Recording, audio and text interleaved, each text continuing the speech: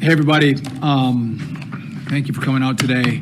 By way of introduction, I want to introduce you to Jesse Elison. He is the Chief Counsel for our Federal Motor Carriers mode here at DOT. As we start, I just want to take a moment and thank President Trump for his leadership in the executive order that he made clear that we're going to put safety in America first on our roadways. We appreciate his leadership.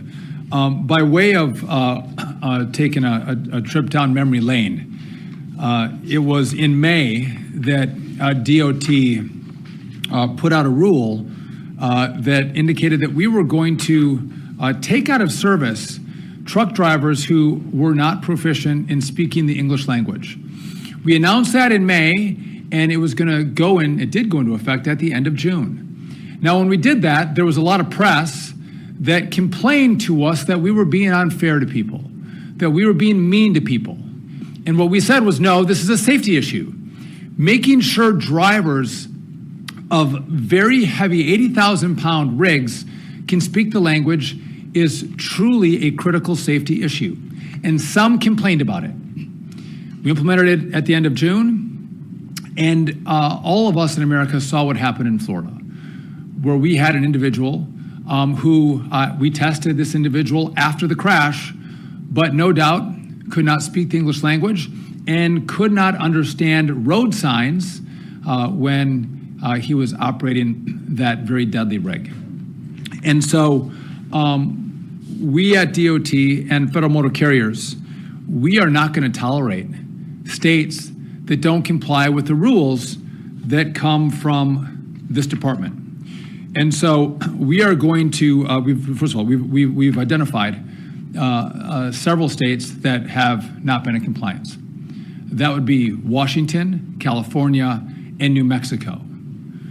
Those are the three states that have not complied with this rule, which, by the way, this driver in Florida had received a CDL in Washington, California, and was pulled over in July for speeding, and no doubt couldn't speak the English language. And law enforcement in New Mexico did not take his rig out of service. So this one driver touched all three states. Based on our review, they are not complying with our rule. And so phase one for us, which I'm announcing today, is we are going to give these states 30 days to come into compliance with truck drivers speaking proficiently the English language, or we're going to look at federal funding that they receive under the Motor Carrier Safety Assistance Program. So I believe California is 20 million or 30 million? 30 million. Washington is 10 million, and New Mexico is 7 million. Correct. Jesse will confirm that in a second, but these are millions of dollars. By the way, this is phase one. There are other actions that we can take to make sure states comply. And hopefully in the next 30 days, we won't have to withhold any money from them. But if they don't come into compliance, we will start with withholding this money, and then we will take additional steps to guarantee compliance. And this is not, just to be clear, this is not just about saying we have some obscure rule that we want them to comply with, that truck drivers speak English proficiently. This is about keeping people safe on the road. Your families, your kids, your spouses, your loved ones, your friends, we all use the roadway. And we need to make sure that those who are driving big rigs, semis, can understand the road signs, that they've been well trained, and that when they're pulled over by law enforcement, they're stopped by law enforcement, or there's a crash and law enforcement responds, they can effectively communicate what they have on their rig. There might be a history that they have to be able to communicate to law enforcement when they're pulled over or there's an accident. And if they can't do that, that creates a significant issue for the traveling public. And so this is step one. And again, we hope there'll be compliance in the next 30 days. If not, we'll take additional steps. With that, I do want to turn it over to our Chief Counsel from Motor Carriers, Jesse Elison, to talk a little more about what our plan is and how we're going to move forward. Jesse. Thank you, Mr. Secretary. Before I explain the enforcement actions that FMCSA will take, I want to emphasize the two dates that you mentioned.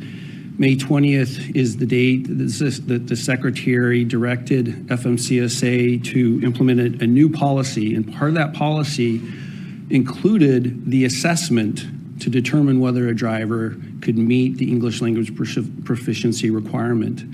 And by June 25th, when CVSA, the Commercial Vehicle Safety Alliance, the alliance of the state partners, put the new out-of-service rule into effect, they shared that policy with the assessment as part of it with all of the state partners. And so all of the states have had this information since May 20th and at the latest since June 25th.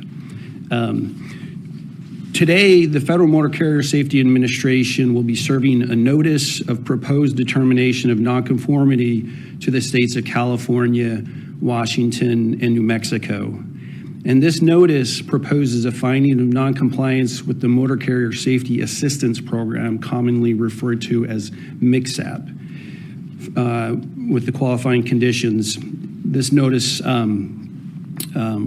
MCSAP program is FMCSA's main formula grant program, and it provides financial assistance to states to reduce the number of severity of crashes and injuries and fatalities. MCSAP funding requires the states to adopt and enforce laws and regulations compatible with the Federal Motor Carrier Safety Regulations, which includes the English language proficiency requirement. And let me just quote what that requirement is that the Secretary described just a minute ago. But commercial drivers must be able to read and speak the English language sufficiently to converse with the general public, to understand highway traffic signs and signals in the English language, to respond to official inquiries, and to make entries on reports and records. The states must enforce ELP requirements to maintain MCSAP funding. Even before the tragic accident in Florida, taking 3 lives, FMCSA reached out earlier this month to all of the state partners and asked a couple of questions.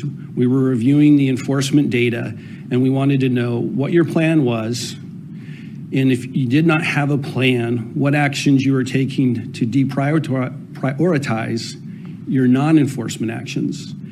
And so we took that feedback and reviewed that in combination with the data that we were reviewing, and part of that data that I'll share with you right now.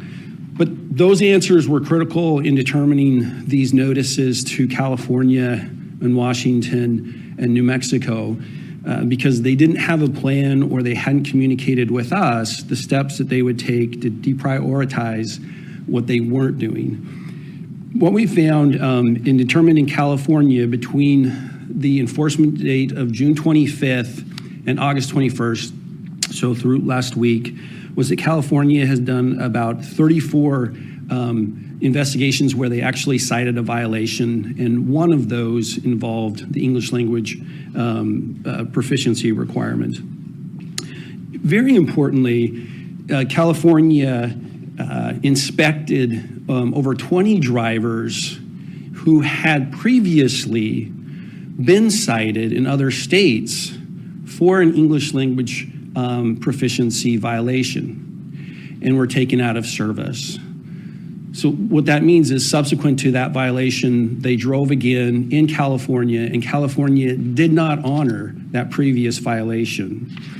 In Washington, there have been, over that time period from June 25th to August 21st, about just over 5,000 inspections that resulted in a violation, 6 of which did have the ELP requirement, 2 of which were not properly done within the commercial zones. But like California, Washington had at least 4 drivers come into their state who had previously been cited for an ELP requirement violation and put out of service. And they did not respect and honor that previous violation. In New Mexico, over that same time period from June 25th to August 21st, New Mexico has provided 0 violations out of over about 5,000 inspections. And like Washington and California, drivers came into New Mexico, about at least 7 drivers who had previously been cited and put out of service for the English language proficiency requirement. And yet New Mexico, just like Washington and California, did not honor that previous violation and return them out of service. Just to underscore this point, if an out-of-service violation could be various citations, it could be breaks. No state officer is going to look at a previous citation of a brake violation in a state a month before they're doing their inspection and then just not inspect the brakes and just let that driver go on their way. And yet all 3 of these states are doing that. And they're allowing people to be on the road that were taken off the road. So all 3 of these states will have 30 days from the notice that we send out today to respond to the agency and to provide a corrective plan. And after that 30 days, FMCSA will make a final determination of nonconformity and impose the appropriate sanctions that can be up to withholding all of the MCSAP funding. And as the Secretary said, that's just over, I think, $33 million in California, $10.5 million in Washington, and I think $7 million in New Mexico. We anticipate all of the states coming in compliance. We do not want to penalize the states. We want the states to comply and to enforce the English language proficiency requirement, which is directly related not only to the safety of the citizens of their states, but the citizens of all of the states around all of the United States with drivers driving into those states. And that covers the notices. Wonderful. Just as a quick note, we have so many great people who work here at DOT. Jesse and I have worked arm in arm for the last 7 months together. You haven't met Jesse yet. You met him today, but this is the hard work and the dedication that our team puts in to make sure our rules and regulations are appropriate to keep people safe. I just want to, I'll take your questions in a moment, but again, we have drivers that were taken out of service because of English language proficiency. They go to one of these 3 states and they're pulled over again. So their records are run by law enforcement. Of course, that's what law enforcement does. And so law enforcement in those states sees this is a flashing light. Listen, this driver was taken out of service in a different state because they couldn't speak English. And what do? Nothing. They turn them loose, put them back on the road. We've also asked for plans from these 3 states to which they have not provided them, which has indicated to us that there has not been a willingness to comply with this rule. And so this is phase 1. We do want compliance. We don't want to take away money from states, but we will take money away and we'll take additional steps that get progressively more difficult for these states. There's a lot of great tools that we have here that we don't want to use. We just want to keep drivers safe, not in just red states. Americans drive in all states. And California, Washington, and New Mexico, Americans drive in, and they deserve to be safe in those states like in every other state. So with that, I will take a couple of your questions. Yes. I'm Pavan Achari with Politico. In reference that this announcement is phase 1, what are additional steps that you would like to take to see this enforced? So this is the only phase I want to take. And we're giving 30 days for compliance because I don't want to take away their money. I don't. I want them to get these resources. But if not, this will be phase 1. I'm not going to lay out all of the phases that we have, tools that we have to garner compliance, but we have wonderful tools that will make it very challenging for states to do business if they don't comply. And I had a follow-up. So 19 states in the District of Columbia currently don't consider immigration status when issuing commercial driver's licenses. Is DOT looking into ways to make those states consider immigration status when issuing commercial driver licenses, and if so, how? So again, Jesse might have a different answer, or will supplement mine. We need congressional assistance on this, but of course, I do think we should be a U.S. citizen or be legally in this country if you're going to drive.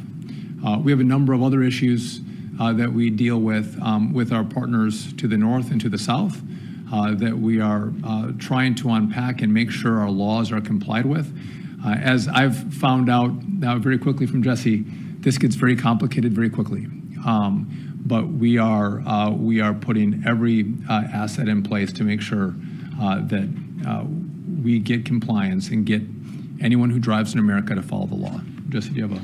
I would just add that the rules are very clear on what's required of issuing a CDL and a non-domiciled CDL. And those requirements are a very important part of the national audit that we're doing with the issuance of those licenses. Yes. Where are you at with the audit? We're making progress, and we'll have some updates in the very near future. But we've done a number of states.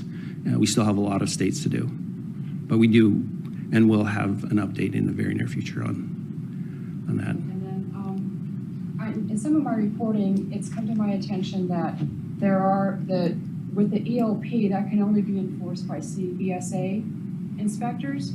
That in states like Wyoming, I was listening to a hearing last week, they're trying to pass a state law because a state policeman or sheriffs can't pull someone over for violation of an ELP, and it's happening. They're going in different areas that aren't the interstates. Is that correct? Is that your understanding as well? No, that's not correct. Both the federal enforcement and the states can enforce ELP violations and do. What's really important is that the CVSA, or the Commercial Vehicle Safety Alliance, they are the ones who set the standards for the North American out-of-service criteria. And that's why it was significant for them to start that date of enforcement on June 25th. And so They don't have to be a federal inspector and do an inspection to pull them off the road. It can be a sheriff's. yeah, most of our partners are state and local partners that are performing the ELP assessments. And just real quick, the assessment actually only is triggered when there's a challenge to communicate. It's not something that's just always done. But if there's a challenge in communication, then there's this two-step assessment process that is part of the policy that we issued and that CVSA incorporated into their guidance. And one last question. Okay, so the violations of the out-of-service orders that you mentioned in the 3 states, do you know where those like non-domiciled, work visa CDLs or So those issues are separate issues. I do have an idea on some of those issues, but those are separate, the CDL and the visa and immigration. And so that we are addressing those issues, and in the future we'll have more to say about those. But right now we're sending out notices limited to English language proficiency, the English language proficiency requirement, and the nonconformity with that requirement.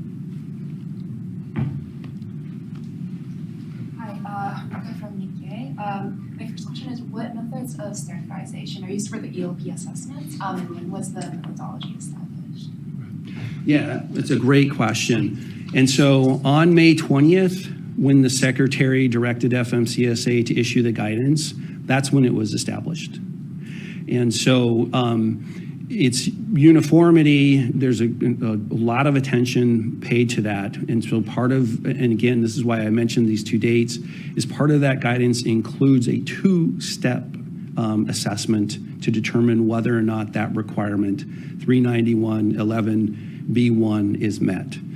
So Part 391 is all of the driver qualifications, and this is one of the ability to sufficiently converse in the 4 categories that I read.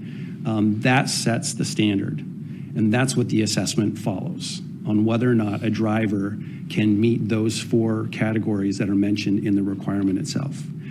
And so There's question and answers in our guidance portal that's available to companies to ensure compliance, but CVSA took the FMCSA policy and that assessment and used that exactly. And that's what most of the states are using today.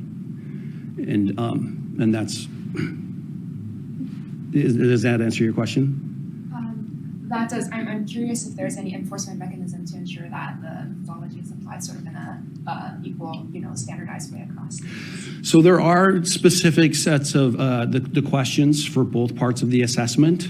And so, but it is up to CVSA and the states to implement the policy. But there's absolutely enough emphasis on uniformity in their doing that.